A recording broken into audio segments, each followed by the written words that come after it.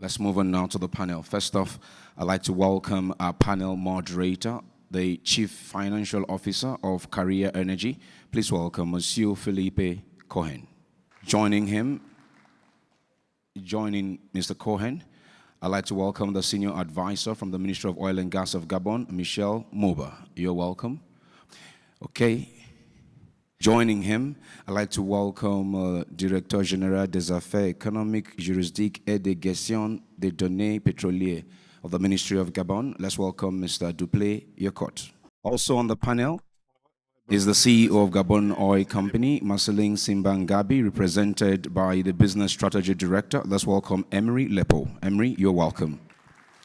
On our panel is the CEO of Maurel and Prom, Olivier de Langavant. You're welcome, monsieur. Also on our panel is Managing Director of Asala Gabon, Edgar Mba Ognani. You're welcome. Also on the panel is Executive Director, Infrastructure and New Business for Century Group, Priye Ngabi. You're welcome. Ladies and gentlemen, the stage is set. The experts are ready. Let's listen to them. Good morning, everybody, and welcome to this Invest in Gabon session. We have a fantastic panel, and we've all been briefly introduced. So I'm going to start my first question with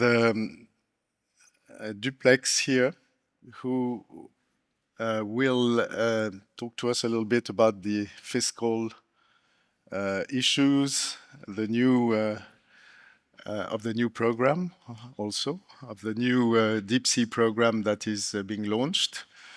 The floor is yours for a minute. Ok, merci. Merci de me passer la parole. Avant de répondre à votre question, permettez-moi déjà de féliciter les organisateurs de cet événement, disons, continental, qui permet de réunir les pays africains autour de la question cruciale de l'énergie pour le bénéfice de nos populations et le développement économique de nos pays. Pour moi, c'est un honneur de prendre part à ce panel-là sur l'investissement au Gabon. Le pétrole, comme nous le savons, représente plus de 45% des ressources budgétaires de l'État. Paradoxalement, comme nous l'avons vu hier, présenté notamment par Monsieur le ministre du Pétrole et mon collègue en charge de l'amont pétrolier, le domaine pétrolier gabonais est libre à plus de 72%. C'est un paradoxe. Et compte tenu de cette situation, le gouvernement gabonais a mis en place une politique visant à attirer davantage d'investisseurs, notamment dans la zone frontière. J'entends par là la zone offshore profond et très profond. Cela, quand on parle d'attirer des investisseurs, il s'agit là des projets. Et la rentabilité d'un projet passe notamment, au-delà de la question des réserves, passe notamment par la sécurité des investissements. Donc, nous pensons au cadre juridique et également sur les termes fiscaux mis en place. Sur le plan juridique, quelle est la politique qui est mise en place? Monsieur le ministre l'a dit également hier et même tout à l'heure. Le Gabon a une histoire sur le pétrole. Et nous avons aujourd'hui un code des hydrocarbures qui mélange les deux. La question gazière, on va dire, il y a de cela quelques années, le gaz constituait un risque. Aujourd'hui, c'est une ressource à part entière qui mérite d'être valorisée et même monétisée pour les besoins de budget de l'État. Et donc, l'idée ici est d'avoir deux codes des hydrocarbures séparés, enfin deux codes séparés. Nous avons le code pétrolier avec l'expérience qui est la nôtre, qui va traiter des aspects pétroliers, et également un code gazier qui va mettre en place un système, on va dire un cadre juridique bien adapté à la ressource gazière. Ces codes vont également contenir à leur sein des dispositions qui permettent de sécuriser l'investissement étranger, parce que nous serons vraisemblablement dans des zones à fort risque. Quand on parle du deep offshore, c'est vraiment du risque financier, du risque opérationnel, du risque technique également. Donc, il faut sécuriser ces investissements à travers des dispositions bien adaptées. Sur le plan fiscal, je reviens un peu sur ce que disait Monsieur le ministre également.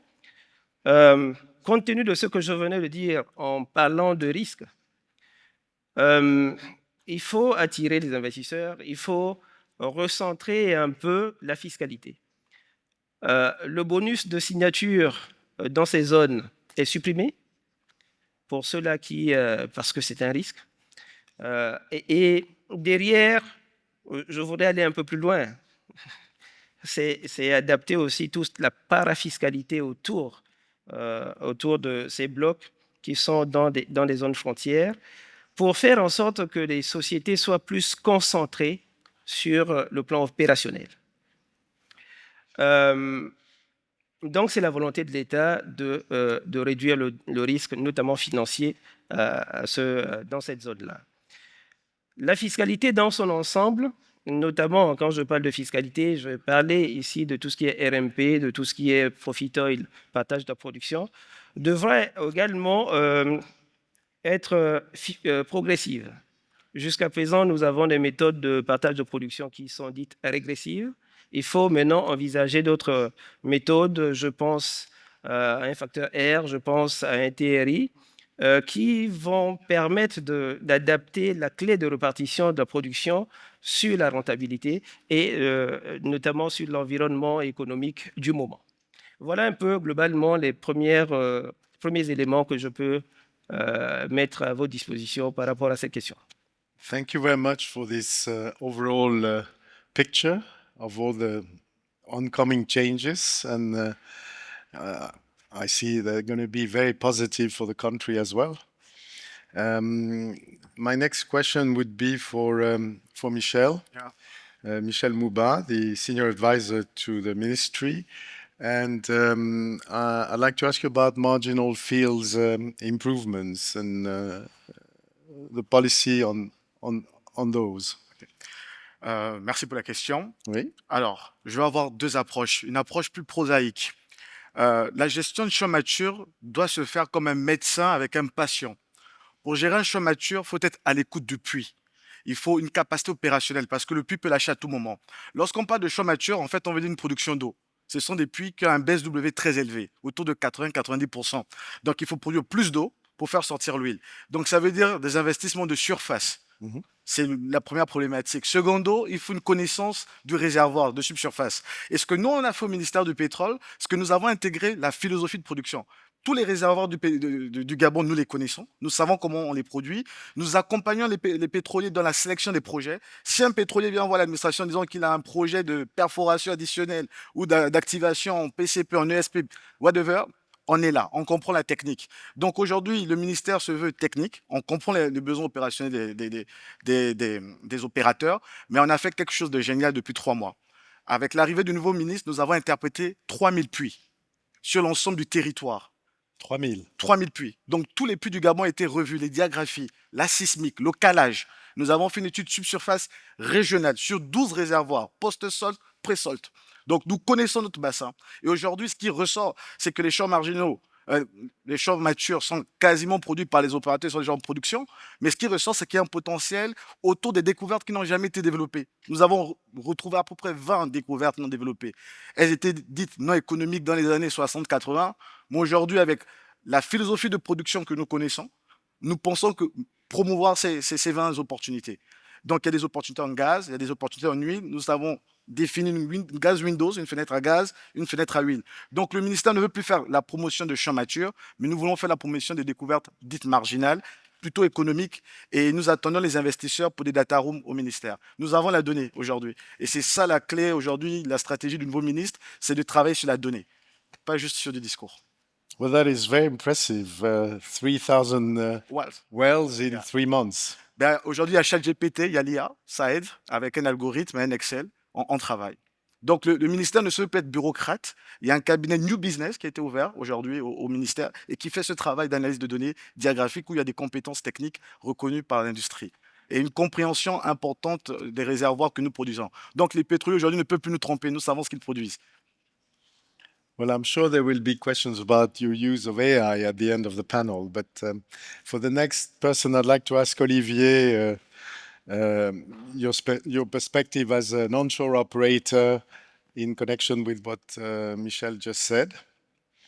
What are your challenges in that context? And I guess I can also ask, are you using AI as efficiently as the ministry? Okay, thank you. I think the first intervention were just great. I prepared myself mentally to do my intervention in English, but looking around after the French presentation, I saw that there was not so many translation device. So I will try to do it in French, so you will forget me, my oil and gas French, maybe a little bit bumpy. It's difficult, oil and gas in French, but I will do it. Donc merci, les interventions étaient intéressantes. J'ai beaucoup aimé le parallèle avec la médecine, c'est intéressant. Nos challenges, c'est ceux de la maturité. Hein. Alors, en ce qui nous concerne et en ce qui concerne encore beaucoup d'opérateurs au Gabon, on n'est pas encore dans les soins palliatifs ou la gérontologie, c'est plus la maturité, mais ça justifie des efforts quand même très particuliers, puisque la tendance, quand on atteint la maturité, c'est le déclin quand même. Et donc, l'essentiel de nos challenges, c'est se battre contre ce déclin et on met là-dedans toutes les ressources en capital et en technologie pour pouvoir faire tous les puits infill qui sont nécessaires, faire des sidetracks, des interventions, des recomplétions. On travaille beaucoup sur les stimulations, optimiser l'activation de nos puits. Et donc, c'est un combat de tous les jours. Je crois que tous les opérateurs se trouvent confrontés à ce genre de choses au Gabon et puis aussi ailleurs. Je crois que c'est le vrai challenge, réussir à maintenir notre production.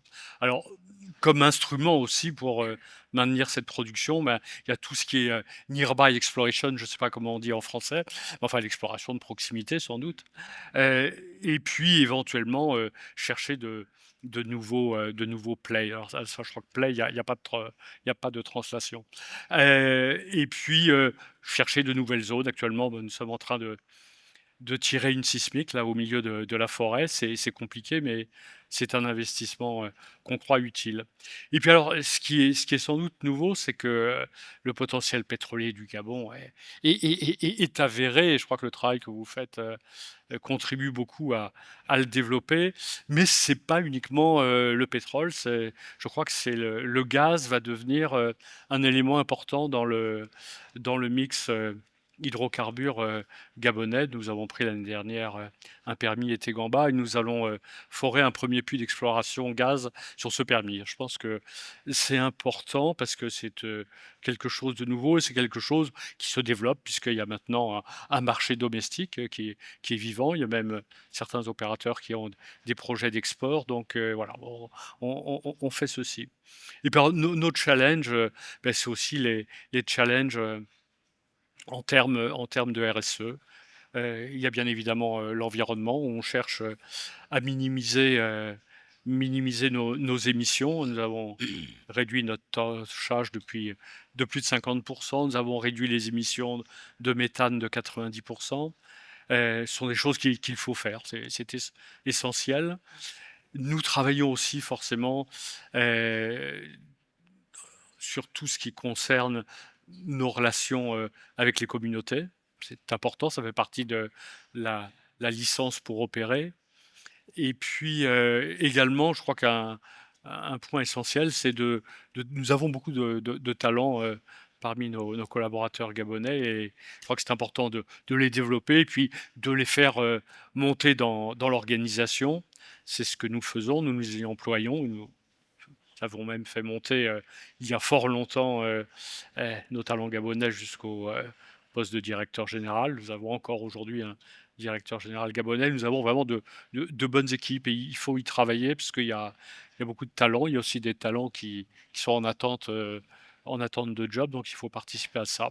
Voilà un petit peu nos challenges, mais je dirais que ces challenges, ce sont à la fois des opportunités.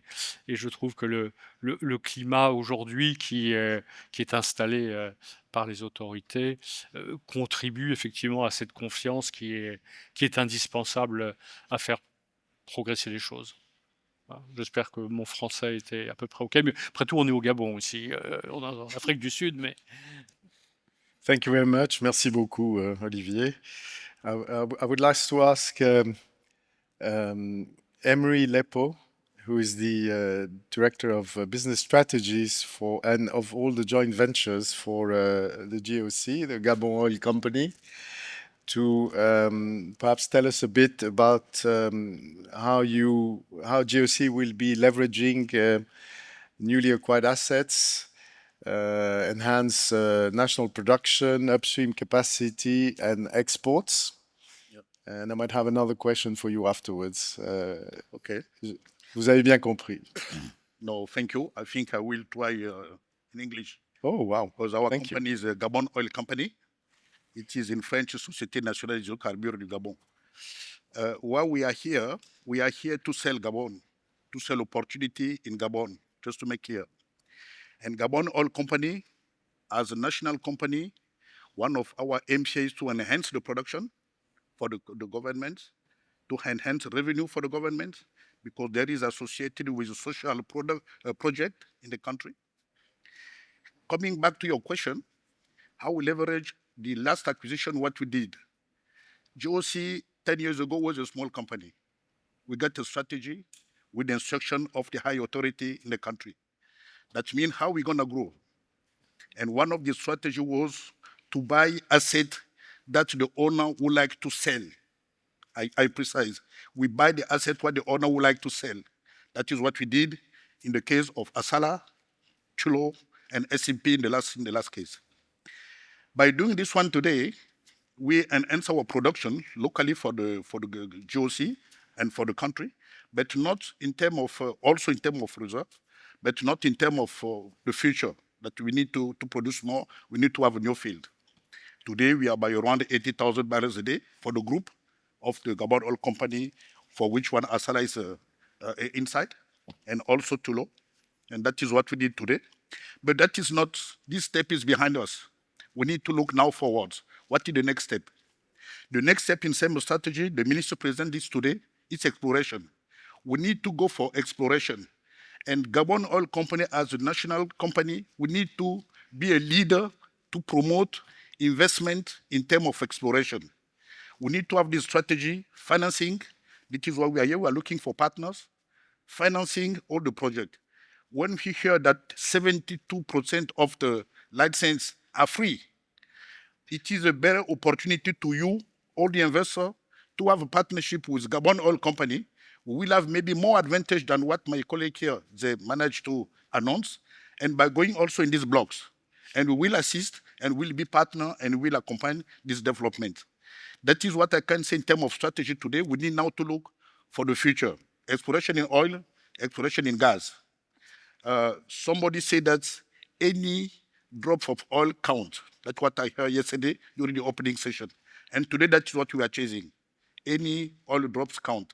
But in a win-win partnership, if you win in terms of investor, the government, the country will win also in terms of revenue and in terms of social project that we are going to implement. That is what I can tell you just for the first question regarding what we are doing here. Again, I repeat myself again, we are looking for investors. We have a booth downstairs. Please come and ask the question and we'll see if we can go together for the round what the Minister of Petroleum is opening. Why not together with the national oil company? And it should be a big, big benefit for you. My next question will then be for Edgar, since you are the CEO of Asala, which is owned by GOC. So, Managing Director of Asala Gabon. Yes, not CEO. I'm sorry. So how is Asala leveraging your on-the-ground experience, establishing presence to support the Gabon national production targets, and also the local content initiative? Okay, thanks, Philippe. You heard the shareholder. We have to speak in English, so I'll follow suit. So at Asala, the direction is clear. We have to sustain production and increase it. And we have to do so by continuing to build a resilient and responsible company. And then embed local content. So local content is not a byproduct. Being Asala, local content has to be part of the way we do business in Gabon. And everything we do has to follow the priorities and the ambitions of the state, the Gabonese state. So what does that mean? In terms of production performance, because for Asala, production performance is more than headline production numbers. The focus since the change of shareholders 15 months ago was about the organization, strengthening the organization, its people, the HSE culture, processes, and standards. And we aligned very quickly with the GOC in a direction we wanted to go, which was not to reduce our standards in terms of pure governance, ESG, operational excellence, and all the requirements that come with a responsible oil and gas operator.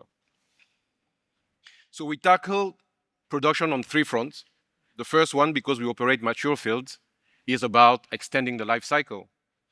There is no future if our aging assets stop functioning. And we do so by having a very ambitious drilling and workover program supported by the shareholder GOC. So some people thought that maybe GOC coming in was going to reduce the ambition and the operating priorities. That's not the case. At the moment, we have 2 workover rigs full-time on our assets. We have a drilling unit in operation. We are mobilizing at the moment a second drilling unit so that we can actually leverage on the available natural resources in the ground. The second aspect is about what has been discovered but is not being produced. So in the past, there is a field called Ngongi that was discovered, and we confirmed the discovery in 2022. At the moment, we are finalizing the plans for the drilling campaign. And first oil from Ngongi, a marginal field by some people's evaluation, will be producing in Q1 2026.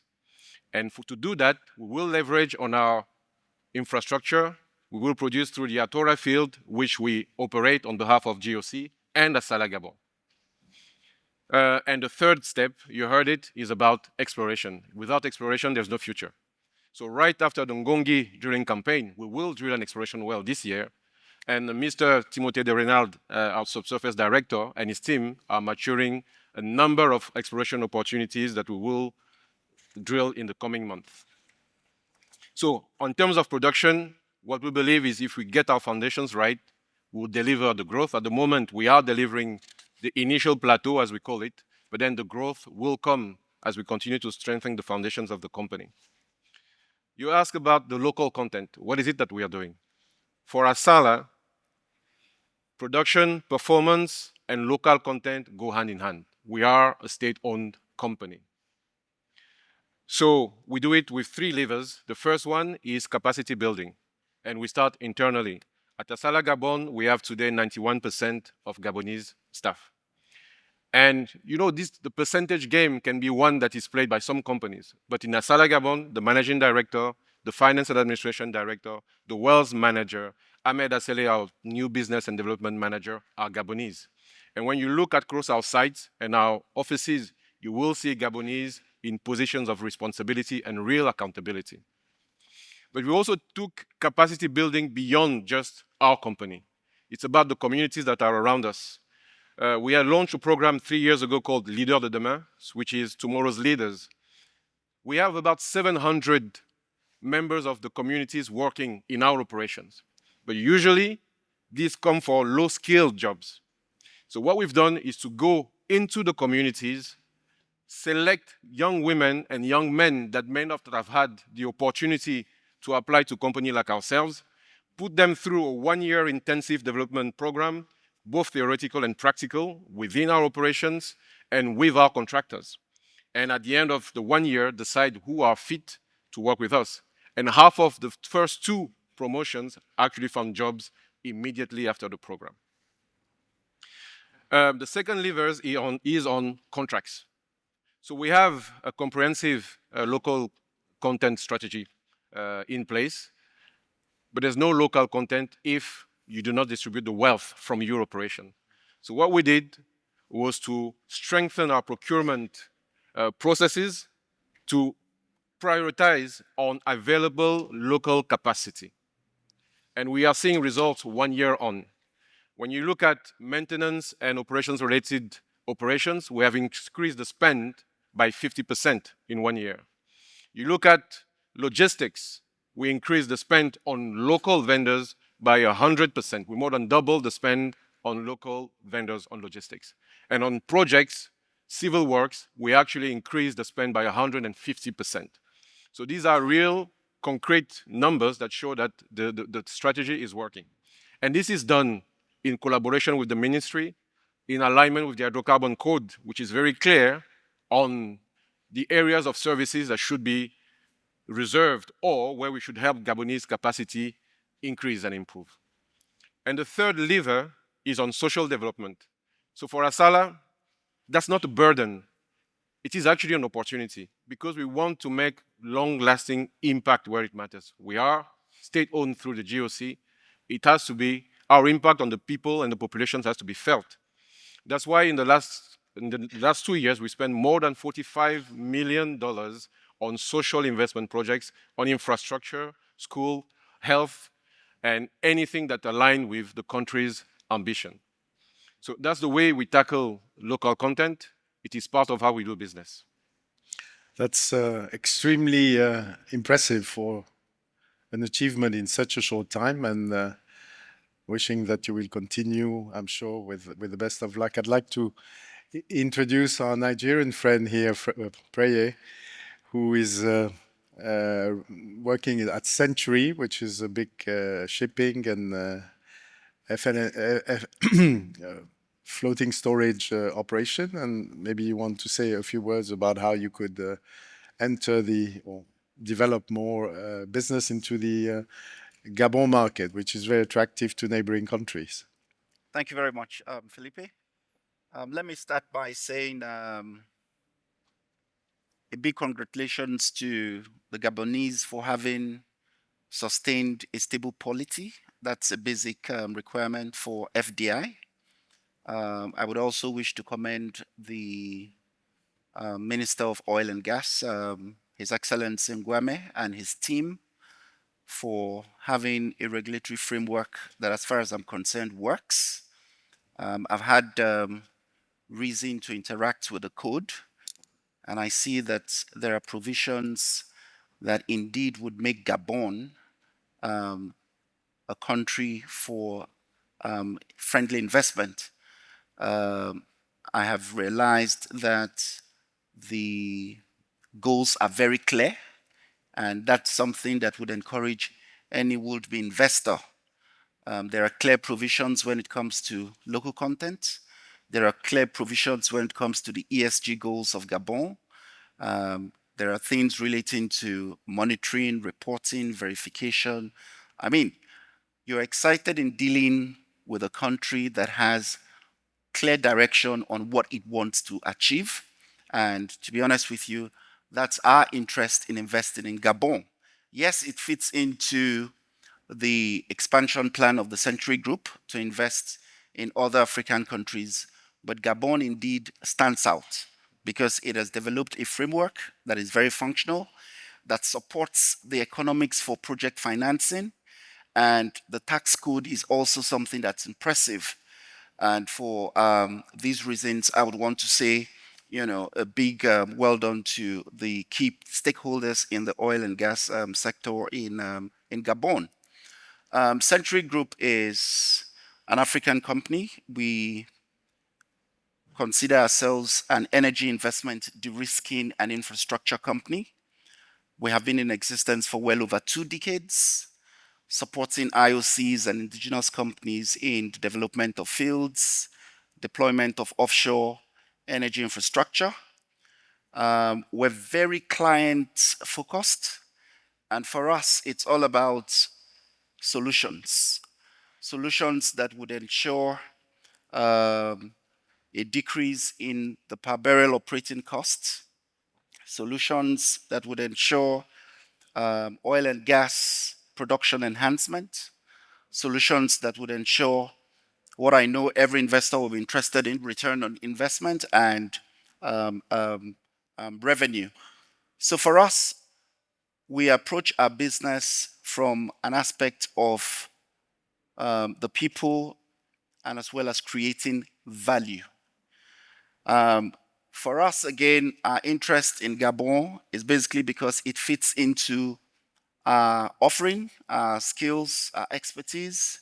So I would want to look at how best a private company such as Century Group would be able to perform and support the modernization and expansion of the energy infrastructure in Gabon. And I would want to do that considering 5 ways. So I would want to speak to the fact that there's the importance of technology upgrades. There's the need, as I heard some of the speakers said earlier, there's the need for digitalization of the entire process, which would ensure efficiency. There's the need for the introduction of the use of AI, IoT, data analytics and predictive analytics. It's something that is key. For our operations in Century, we have over the years realized that with the introduction of digitalization, our processes have become seamless. Asset optimization is key, is prime because of digitalization. We're able to monitor our operations from onshore so that we effectively deal with the challenges offshore as quickly as possible. And this is something we would want to introduce into Gabon, even as we intend to invest in Gabon. We also think infrastructure development is key. There's a need for the expansion of the pipeline infrastructure. There's big interest in investment in deep sea operations. And the fact that we have been in FPSO operations, FSO operations, deployment, development over the years, I know that that is an aspect we would be able to support the expansion of Gabon's infrastructure to ensure the production of the increased production of hydrocarbons.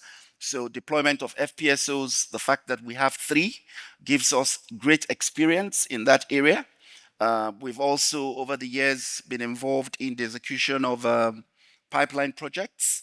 And we know that it's a complex multi-step process, which would involve the community. If they are not involved in the ownership of the project, then that project is bound to fail. And it's always been the philosophy of Century Group to ensure that we leave no one behind. You remember I said we're people focused. So that keys into the next point I would want to make about local content, which is well covered even in the hydrocarbon code of the new hydrocarbon code of 2019, which I heard the honorable minister say, they were going to split and then have provisions for gas and oil, which I think is a brilliant thing. Local content is key. We've participated in the development and build-up of the local content laws in Nigeria.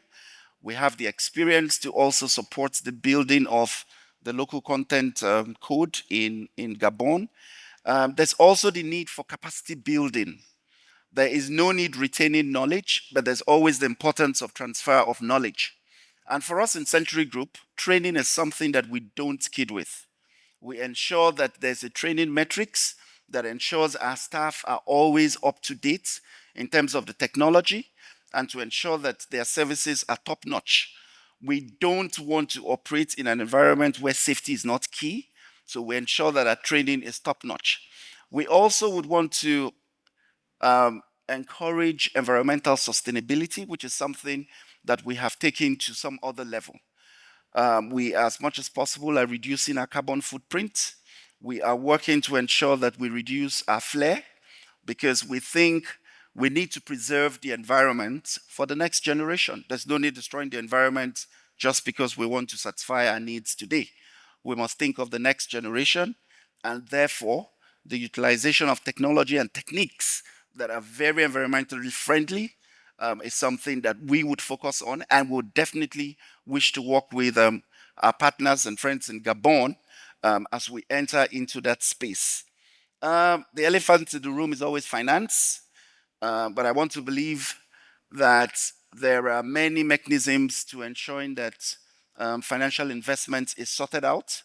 I was in one of the sessions yesterday when I heard the Honorable Minister of Petroleum, State Oil of Nigeria, Honorable Henneken, speak to the fact that the Energy Bank was coming on stream thanks to the activities of Apple and Efrexim.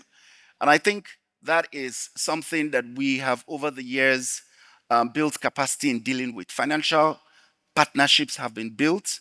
We have good relationships with local banks in Nigeria. There's the First Bank, there's the Access Bank. We've also successfully worked with Afrexim. We've worked with AFC. And now that Energy Bank is coming on stream, we would equally work with them.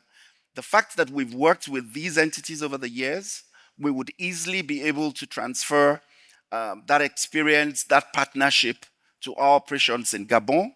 Finance is key to get the energy infrastructure in Gabon modernized and expanded. There's also, most importantly, the need for partnership. Partnership with IOCs would bring in expertise, would bring in technology, would bring in finance, but then you must also consider partnership with the locals, because they have an understanding of what the economic development of Gabon entails, and they would easily align their processes and their procedures to ensure that those goals are achieved. So, I mean, these are some of the points I would want to discuss in terms of our participation in developing the Gabon energy infrastructure. Thanks for that, Prey, and bringing up all the possible new connections and the interest of neighboring countries into Gabon. And I was going to ask Emery again a question about, you know, with everything you've done in the last 18 months that has speeded up the economy, the oil sector, the gas sector, do you envisage Gabon becoming sort of a hub for the region, for the Central African? You're working on that vision, I'm sure. No, thank you for the question. No, I think we are still working on that. There was some presentation here where we heard that our neighbor are now progressing in terms of developing what we call deep offshore operation.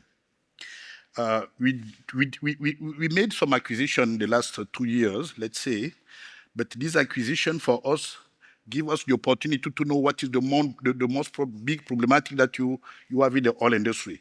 We are talking about the finance problematic. It is a very, very good, thematic, because to find the finance to invest, it's quite a very, very big deal for the African countries.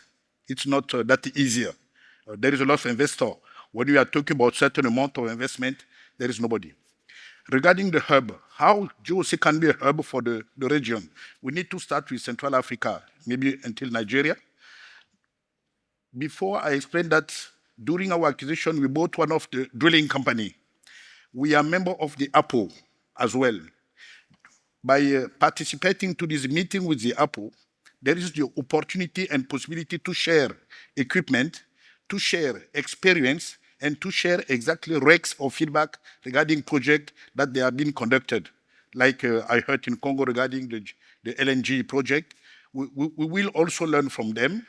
And by doing this, I think Gabon later, like GOC, by growing, we will try with our experience of buying some of the assets before, we will try to share our experience with our neighbor, with all the people that we like to participate to the development of Gabon.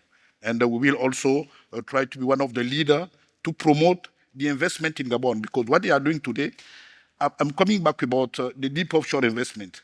It's easier to say here we are going to invest, but sometimes the people, we are talking about deep offshore. Keep in mind that deep offshore investment is not $10 million. We are talking about billion of dollars. We are. To leverage $1 billion, we need to be ready to have banks, not also only African banks like they talk in Nigeria, also international banks and also international partner. And Gabon is today open, because don't keep in mind that the fact that we acquire some of the asset, Gabon is closed. No way. Gabon is not closed. We are open to all the investors that are coming and to help us to try to do more than what we are doing today.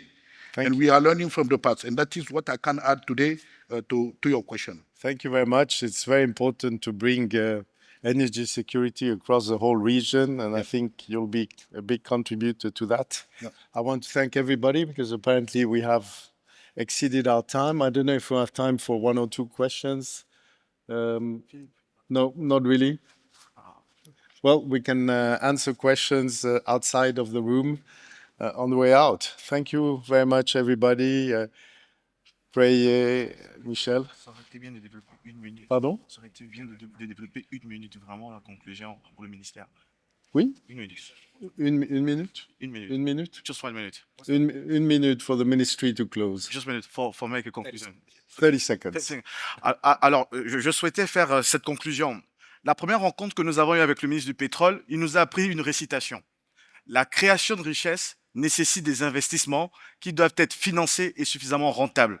Nous avons ouvert la carte. Le Gabon, aujourd'hui, a des opportunités minières. Il y a 7 gisements enrichis à plus de 60% de fer sur au moins 4 milliards à peu près de réserves. Il y a des terres rares. Aujourd'hui, nous parlons de l'IA, l'intelligence artificielle.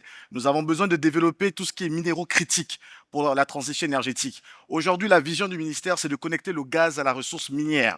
Donc aujourd'hui, on est à l'African Energy Week. Ce n'est pas que du gaz et du pétrole, nous parlons d'énergie. L'énergie, c'est aussi la mine, c'est aussi les data centers qui vont arriver très prochainement au Gabon. Le ministre est ici présent, les équipes ministérielles sont ici présentes, le directeur de l'amont et le directeur des affaires économiques sont ici. Nous sommes ouverts à vous accueillir, nous voulons discuter business. Le Gabon n'est pas fermé, nous sommes totalement ouverts. Le deep offshore est ouvert et je pense que le gaz aussi est ouvert et il y a du business à se faire pour tout le monde. Merci pour la conclusion. Thank you very much. Thank you very much.